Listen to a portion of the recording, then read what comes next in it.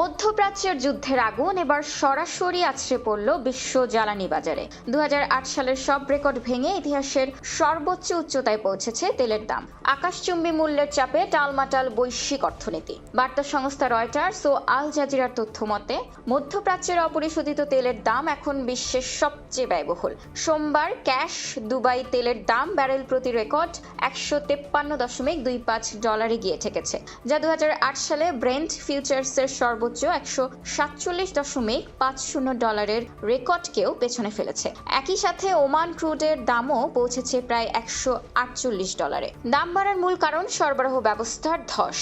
Hormuz প্রণালী নিয়ে Iran ও Israel যুক্তরাষ্ট্রের উত্তেজনায় স্থবির হয়ে পড়েছে এই রুট। তথ্য বলছে এশিয়ার মধ্যপ্রাচ্যের তেল রপ্তানি দৈনিক 1,90,00,000 ব্যারেল থেকে কমে মাত্র 1,16,00,000 ব্যারেলে নেমেছে, অর্থাৎ সরবরাহ কমেছে প্রায় 32%। তবে সোমবার কয়েকটি জাহাজ নিরাপদে এই প্রণালী পার হওয়ার খবরে বাজারে সামান্য স্বস্তি ফিরলেও শঙ্কা কাটেনি ব্যবসায়ীদের মন থেকে। তেলের বাজারের এই অস্থিরতার প্রভাব পড়েছে এশিয়ার শেয়ার বাজারেও। মধ্যপ্রাচ্যের তেলের ওপর নির্ভরশীল জাপান ও দক্ষিণ কোরিয়ার সূচকগুলো ছিল সতর্ক অবস্থানে।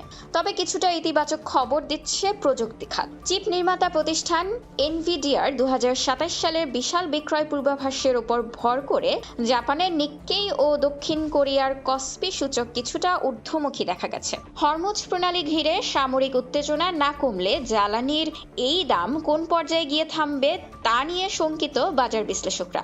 যুদ্ধ শুধু সীমান্তে নয়, এখন সাধারণ মানুষের পকেটেও টান দিচ্ছে জ্বালানির উচ্চ মূল্যের মাধ্যমে। খোলা কাগজ, ঢাকা।